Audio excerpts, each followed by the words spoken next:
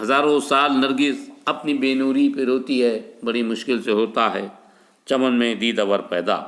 تو عزیز طلبہ، لیفٹنی کا یہ سبق آج ہمارا مکمل ہوا۔